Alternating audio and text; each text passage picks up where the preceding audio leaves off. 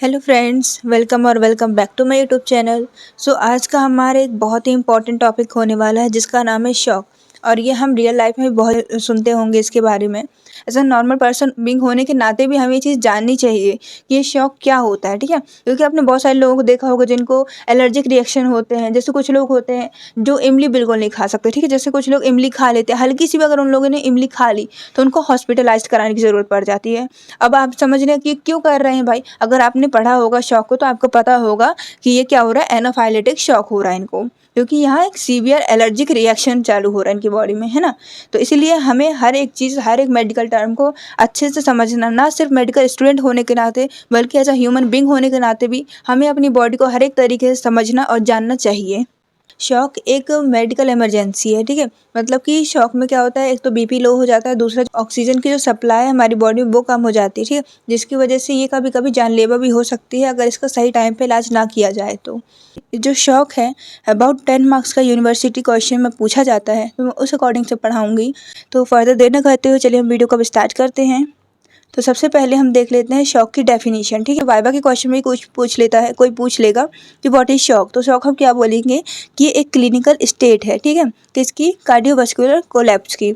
इसमें जो कार्डियोवास्कुलर है मतलब जो हमारा हार्ट है वो कोलैप्स हो जाता है, ठीक है। ये क्लिनिकल स्टेट है। इसकी डेफिनेशन क्या है कि shock is defined as a clinical state of cardiovascular collapse characterised by. इसके साथ साथ हमें और क्या देखने को मिलेगा, तो acute reduction of effective circulatory blood volume. जो ब्लड वॉल्यूम होगा उसका हमें डिफिशिएट मतलब रिडक्शन देखने को मिलेगा। और दूसरी चीज़ क्या है कि ब्लड हमारे बॉडी में क्या काम करता है कि ऑक्सीजन को हर एक पर्टिकुलर सेल्स और टिश्यूज़ तक लेके जाता है ना। तो जब ब्लड वॉल्यूम ही कम हो गया तो उससे जो ऑक्सीजन सप्लाई हो रही थी सेल्स को, टिश्यूज़ को, वो नहीं होगी, जिसकी वजह से वो धीरे धीरे मरने लगेंगे, ठीक है। तो हमें ये दो चीज़ें देखने को मिलती हैं शॉक में।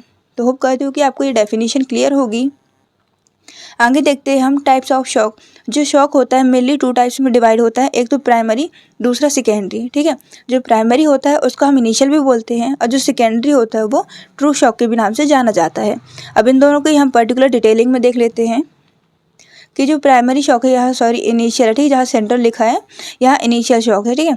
तो ये क्या होता है, it is a transient and unusual beginning of vasovagal attack resulting from sudden reduction of venous return to the heart caused by neurogenic vasodilatation। अगर किसी पेशेंट को प्राइमरी शॉक हो रहा है तो किसकी वजह से हो सकता है, जो वासोवेगल अटैक है वो होगा। वासोवेगल अटैक इट मीन्स कि जो हमारे वीनस से जो हमारे हार्ट तक में जो ब्लड जाता है, जो वेनस रिटर्न होता है, ब्लड वॉल्यूम वो डाउन हो जाना, किसकी वजह से होता है, न्यूरोजेनिक वासोडाइलेटेशन के कारण होता है। न्यूरोजेनिक वासोडाइलेटेशन मतलब कि जो हमारी वेसल्स है उनका बहुत ज़्यादा डायलिटेशन हो जाएगा, ठीक है।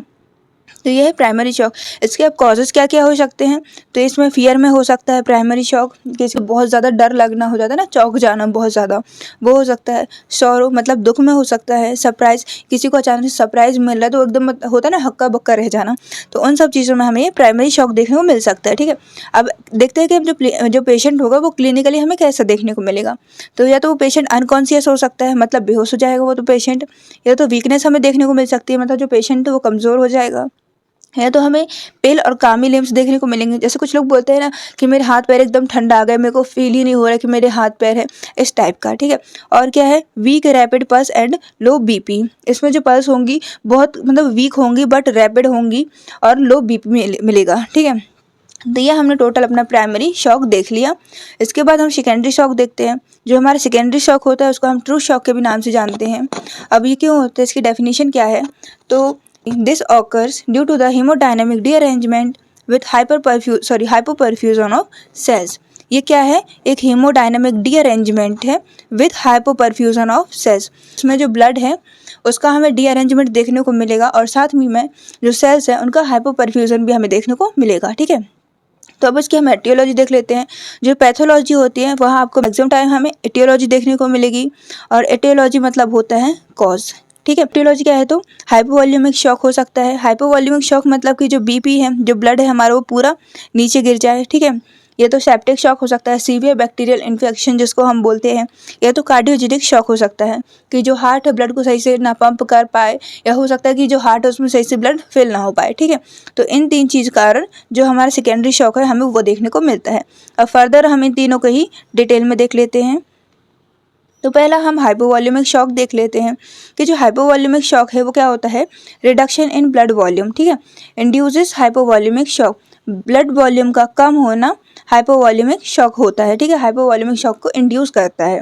इसके कॉजेज़ क्या हो सकते हैं, कॉजेज़ मतलब कि एटियोलॉजी क्या हो सकती है, तो सीवियर हेमरेज हो सकता है, मतलब बहुत ज़्यादा ब्लड लॉस हो जाए, या तो एक्सीडेंट के कारण हो जाए, या तो किसी और फर्दर कारण भी हो सकते हैं, ठीक है, ट्रॉमा के कारण भी हो सकता है, सर्जरी के कारण भी हो सकता है कि सर्जरी में किसी का बहुत ज़्यादा ब्लड लॉस हो जाए, तो उसके कारण भी जो पेशेंट है वो हाइपोवॉल्यूमिक शॉक में जा सकता है, या तो बर्न में जा सकता है और या हाइड्रेशन में जा सकता है।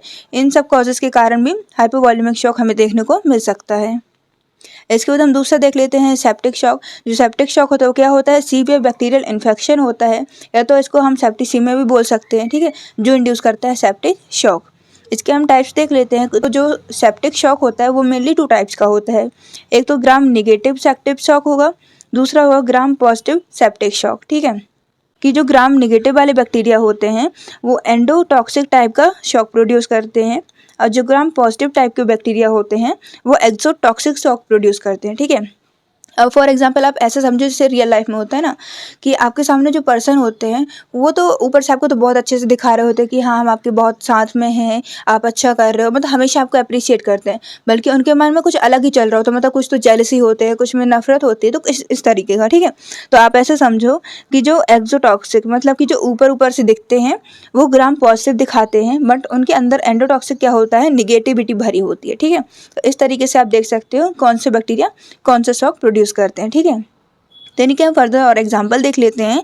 तो पहला होगा infection with E coli, E coli produce कर सकता है एंडोटॉक्सिक। फिर प्रोटियस, सुडोमोनास, ये मैंने 3 एग्जांपल लिखे हैं, अगर आपको 1-2 भी याद रहते तो बहुत अच्छी बात है।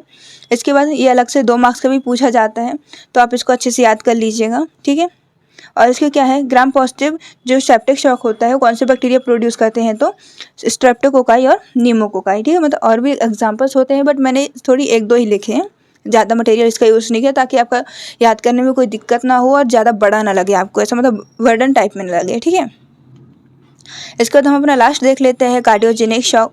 तो कार्डियोजेनिक शॉक क्या होता है, acute circulatory failure with sudden fall in cardiac output without actual reduction in blood volume, that is नॉर्मोवोलीमिया, ठीक है।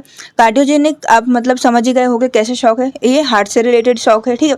इसमें क्या होता है, इसमें सडन फॉल हो जाता है कार्डियक आउटपुट का, मतलब जो हार्ट है वो सही से ब्लड को पंप कर ही नहीं पाता पूरा बाहर, ठीक है। जो ब्लड को वॉल्यूम है वो नॉर्मल रहता है, इसमें कोई भी रिडक्शन नहीं होता है ब्लड वॉल्यूम में, ठीक है। इसके कॉजेज क्या क्या हो सकते हैं, तो मायोकार्डियल इन्फ्रैक्शन हो सकता है जिसको हम हार्ट अटैक बोलते हैं, रप्चर ऑफ द हार्ट होगा मतलब हार्ट का फट जाना, पल्मोनरी एम्बोलिज्म हो सकता है, वॉल बॉल थ्रोम्बस हो सकता है, ये सारे कारण के कारण भी जो कार्डियोजेनिक शॉक है वो हो सकता है। इसके बाद हम देख लेते हैं जो अभी हमने 3 टाइप के शॉक पढ़े, कौन कौन से, हाइपोवॉल्यूमिक शॉक, सेप्टिक शॉक और कार्डियोजेनिक शॉक, ठीक है। इन 3 शॉक के भी बिसाइड में अलग से 2 और टाइप के शॉक होते हैं, कौन कौन से, एक तो न्यूरोजेनिक शॉक होता है, दूसरा एनाफाइलेटिक शॉक होता है। आपने एनाफाइलेटिक नाम बहुत सुना होगा, एनाफाइलेटिक मतलब कि सीवियर एलर्जिक रिएक्शन होता है, ठीक है। होप करते हो कि आपको ये सारे टाइप समझ में आ रहे होंगे शॉक के। तो हम देख लेते हैं पैथोजेनेसिस, ठीक है। अभी तक हमने डेफिनेशन देख ली, टाइप्स देख लिए, उनके अंदर हमने उनका क्लिनिकल देख लिया कि हमें पेशेंट कैसे देखने को मिल सकता है, या तो कौन कौन से कॉज हो सकते हैं जो शॉक को कर सकते हैं, ठीक है। इसके बाद हम देख लेते हैं पैथोजेनेसिस।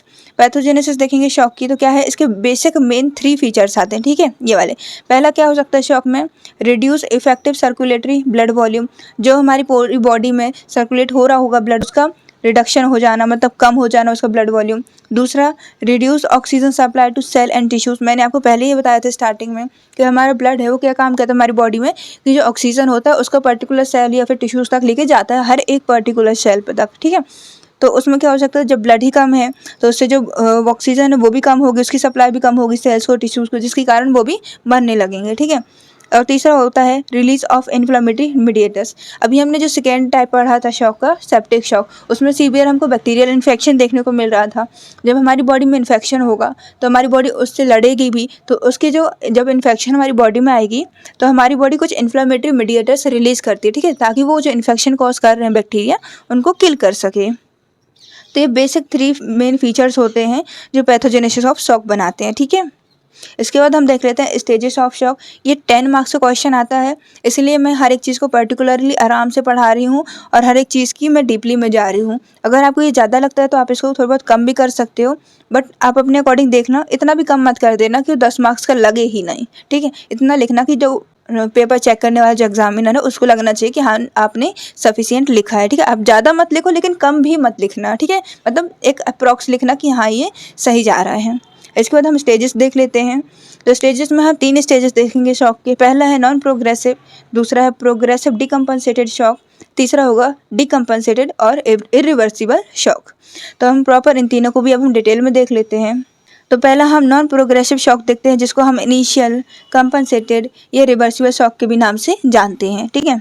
अब ये क्या है, in the early stage of shock an attempt is made to maintain adequate cerebral and coronary blood supply by the redistribution of blood।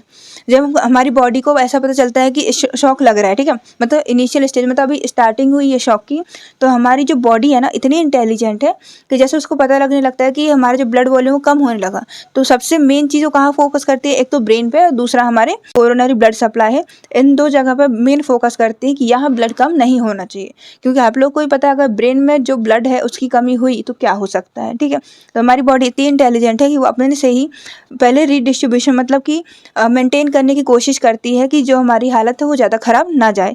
तो इसके लिए वो 2 मैकेनिज्म एक्टिवेट करती है हमारी बॉडी। पहला तो है वाइड स्प्रेड वासोकॉन्स्ट्रिक्शन, जो हमारी पूरी बॉडी में जो वेसल्स फैली होंगी उनको कॉन्स्ट्रिक्ट कर देगा। जैसे आपने देखा होगा, फॉर एग्जांपल के लिए एक मैं रियल लाइफ से एग्जांपल देके आपको समझाती हूँ, ठीक है। जैसे कि एक आपने पाइप देखा होगा, ठीक है, जैसे मोटा वाला पाइप होता है ब्लैक कलर का, उसमें आप हल्का पानी डालोगे तो कैसा होता है, बहुत कम फ्लो होता है उसमें, ठीक है, मतलब ज़्यादा फ्लो नहीं हो पाता। और उसी जगह पे आप पतला वाला पाइप ले लो, जैसे ब्लू कलर का होता है और येलो भी आते हैं, है ना। तो ऐसे छोटे वाले पाइप ले लो और उसी मात्रा का आप इसी में पानी डालो, तो आप देखोगे कि जो फ्लो है वो छोटे वाले पाइप में ज़्यादा हो रहा है। तो सेम हमारी बॉडी इसी तरीके का मैकेनिज्म मतलब अपनाती है।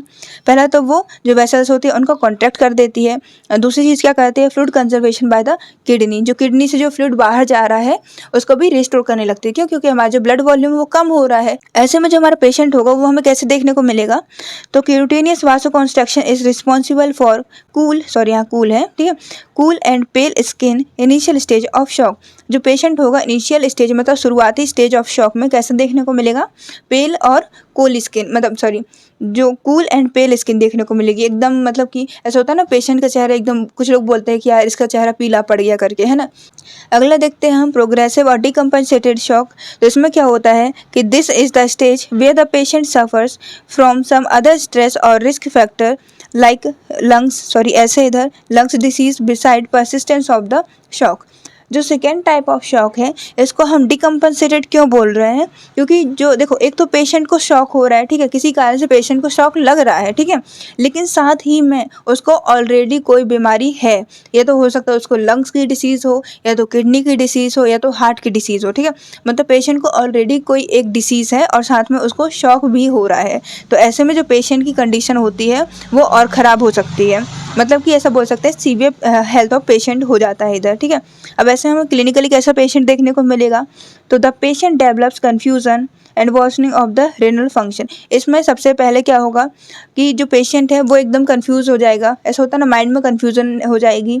और दूसरी क्या हो जाएगा, जो रेनल फंक्शन है उसका डिस्टर्बेंसेस होने लगेगा, ठीक है। थर्ड स्टेज देखते हैं शॉक का, तो क्या है, डिकम्पनसेटेड इरिवर्सिबल शॉक। इसमें क्या होता है, ये जो शॉक होता है वो बहुत ज़्यादा सीवियर होता है और इसमें कोई भी रिकवरी टेक प्लेस नहीं करती है, मतलब इसमें कोई भी रिकवरी पॉसिबल नहीं है।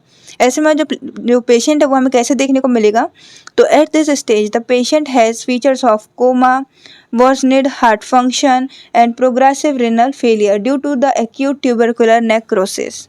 इतनी सारी चीज़ें हमें देखने को मिलेंगी पेशेंट में। जब वो थर्ड स्टेज ऑफ शॉक में जाएगा तो पेशेंट या तो कोमा में जा सकता है, या तो उसके हार्ट फंक्शंस पूरे ख़त्म हो सकते हैं, ख़राब हो सकते हैं।